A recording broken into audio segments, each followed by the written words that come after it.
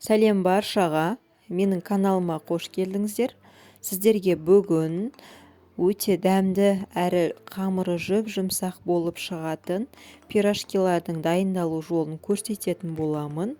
Менімен бірге дайындап көріңіздер және видеоны соңына дейін қараңыздар. Ыдысымызға жылы су құямыз. Оған 1 шай қасық тұз, 1 шай қасық құрғақ ашытқы және 1 ас қасық қантты салып араластырамыз. 5-10 минут ашытқы ерігенге дейін қойып қоямыз. Бізде осылай ашытқы еріп, бетіне көпіріп шығады, араластырамыз және оның үстіне сұйық майды құямыз. Жазбаша толық рецепті видеоның астында қалдыратын боламын және тағы араластырамыз. Үстінен електен өткізілген ұнды салып, жұмсақ қамыр илейміз.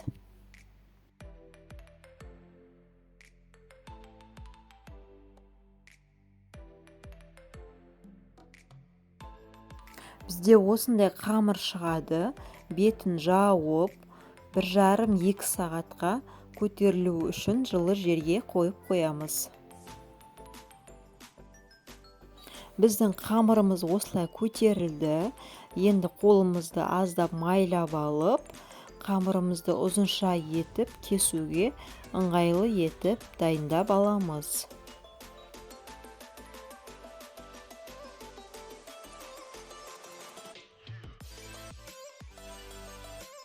Қамырды 30 граммнан не болмаса көз мөлшерде осылай кесіп дайындап аламыз.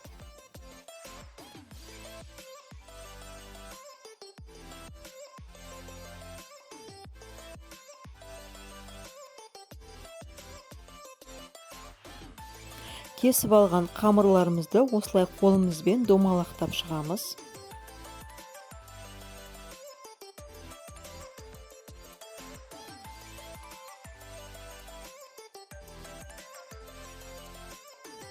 Дайын қамырларымыздың бетін жауып 5 минутта демалдырып қоямыз.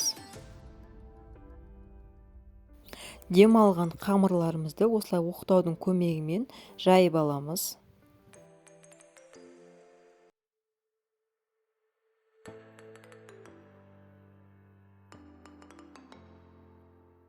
Салмасын саламыз. Менде мұнда қайнатылған картоп.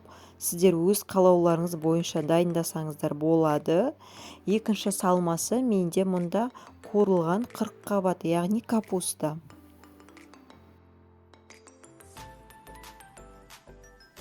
Енді жайылған қамырларымызға салмасын салып аламыз.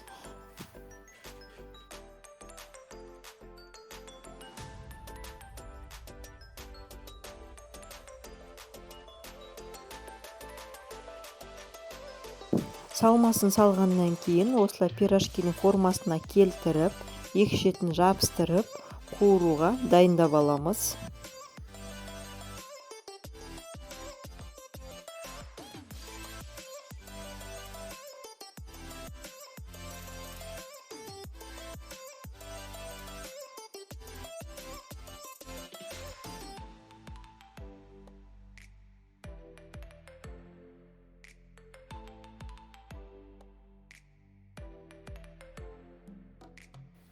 Табаға май құйып, орташа отта қыздырамыз және дайын пирожкиларымызды салып, қызарғанша қуырып аламыз. Бір жағы қызарғаннан кейін екінші жағына аударып, қуырып аламыз.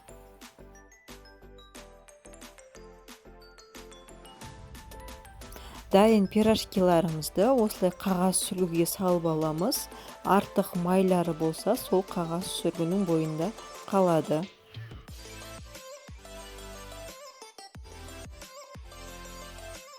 Міне біздің жұмсақ пирожкиларымыз дайын болды. Іштері осылай толықтай піскен, әрі жұмсақ болып шығады. Мынау бізде 40 қабаттан, яғни капустадан дайындалған пирожкиміз. Мына жерде бізде картоп езбесінен дайындалған пирожки өте дәмді әрі жұмсақ болып шығады. Сіздерге де дайындап көруге кеңес беремін.